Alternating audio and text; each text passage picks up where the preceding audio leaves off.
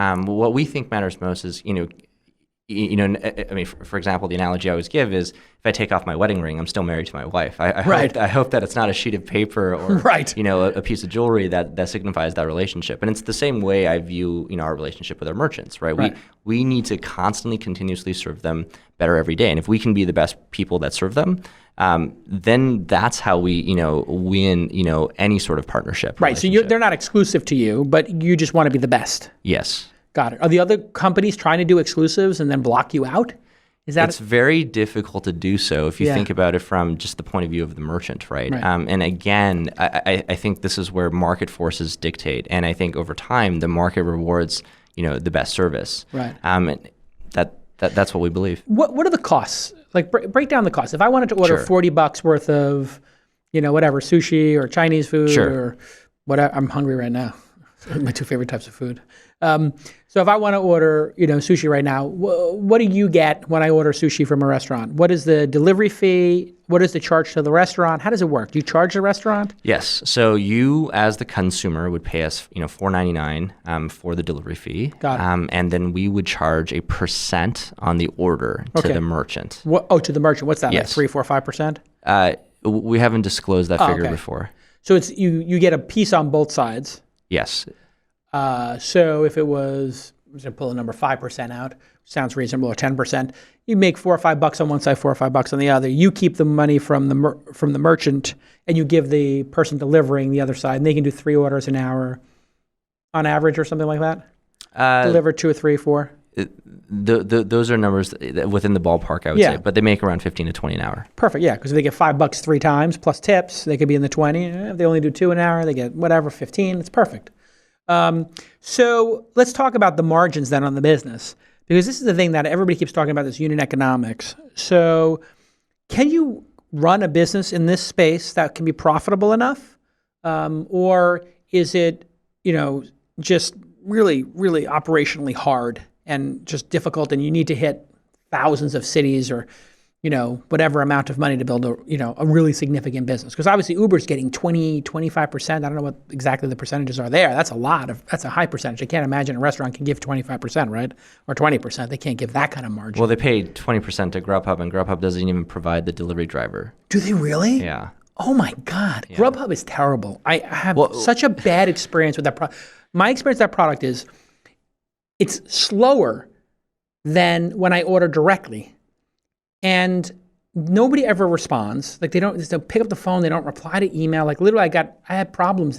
They replied to me 2 days later. Horrible service.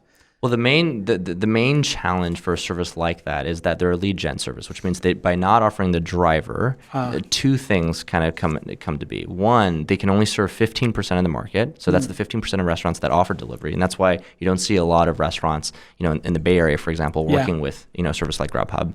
And then 2, quality control, kind of what you touched upon. Yeah. If you called Grubhub to ask about the status of your order, they would say, "Please call the restaurant." Yeah. How would they know, right? Yeah. How would they know? And so that's one of the challenges. But the answer to your first point, though, is that both statements are true. It is operationally very difficult, and it is possible to build a profitable company. Our first 4 markets are actually cash flow positive. Oh, nice. And to get to a position like that while growing at the pace that we're growing at, it requires a lot of complicated set of trade-offs daily. But it's not one of these things, right, where you have to wait until you amass such large volumes to make it work. But you do have to make a lot of good decisions every day. Hey everybody, I want to talk about one of my favorite addictions, Audible. I listen to audiobooks constantly because I love nonfiction, I love learning, and I'm big into bios. So my Audible Pick for this month, this week, whatever amount of time it's going to take you to listen to it, I think you can listen to it in about a week, is The Man Who Knew Infinity, A Life of the Genius Ramanujan.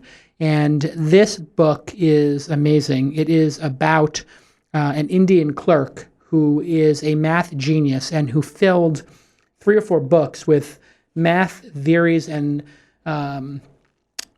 formulas that today inform how we interpret black holes and a true genius who then went to England to study, and it is being made into a film, which I was lucky enough to just see.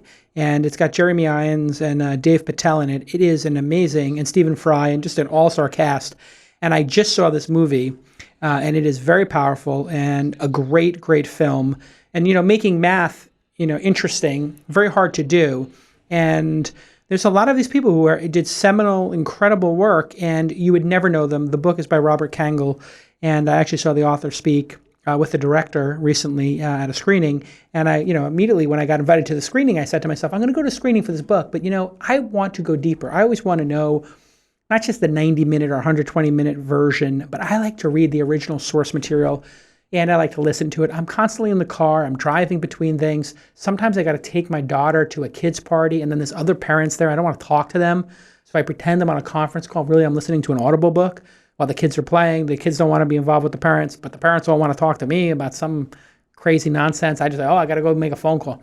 I secretly listen to a little bit of Audible. So go check out The Man Who Knew Infinity. It is an amazing audiobook, and it is going to get my highest recommendation. Of course, if you're not into bios, there are a ton of other interesting books. One I'm reading on my hikes through the NorCal mountains is Amusing Ourselves to Death by Neil Postman, who is I believe, a New York University media kind of Marshall McLuhan type professor.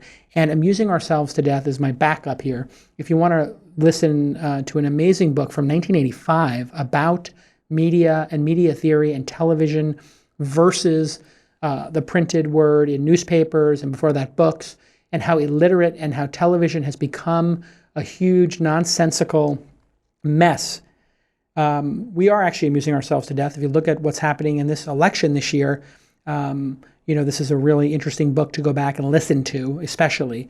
And the way I wound up wanting to listening to Amusing Ourselves to Death was I had Keith Raboy at the Launch Festival. You may have heard that episode here.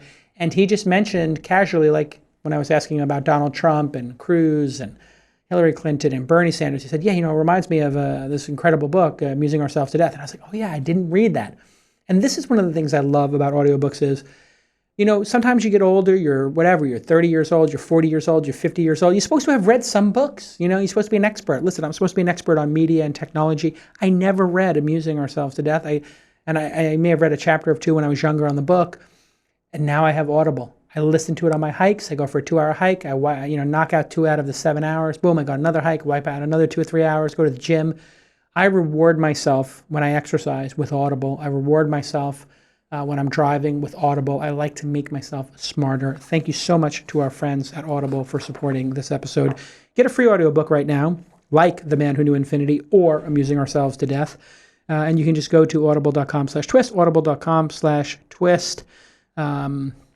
Some of my past recommendations, The Hobbit, read by Robert Inglis, is amazing. My daughter and I love listening to that. We've listened to the first 3 chapters over and over again because she likes certain scenes, like when the dwarfs are singing and breaking plates.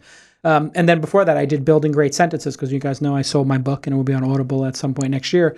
And I wanted to write better sentences, so I got this Building Great Sentences, and it's really helped me do better sentences in my writing. And you can access your stuff from iPhones, iPad, Android, Windows, all that.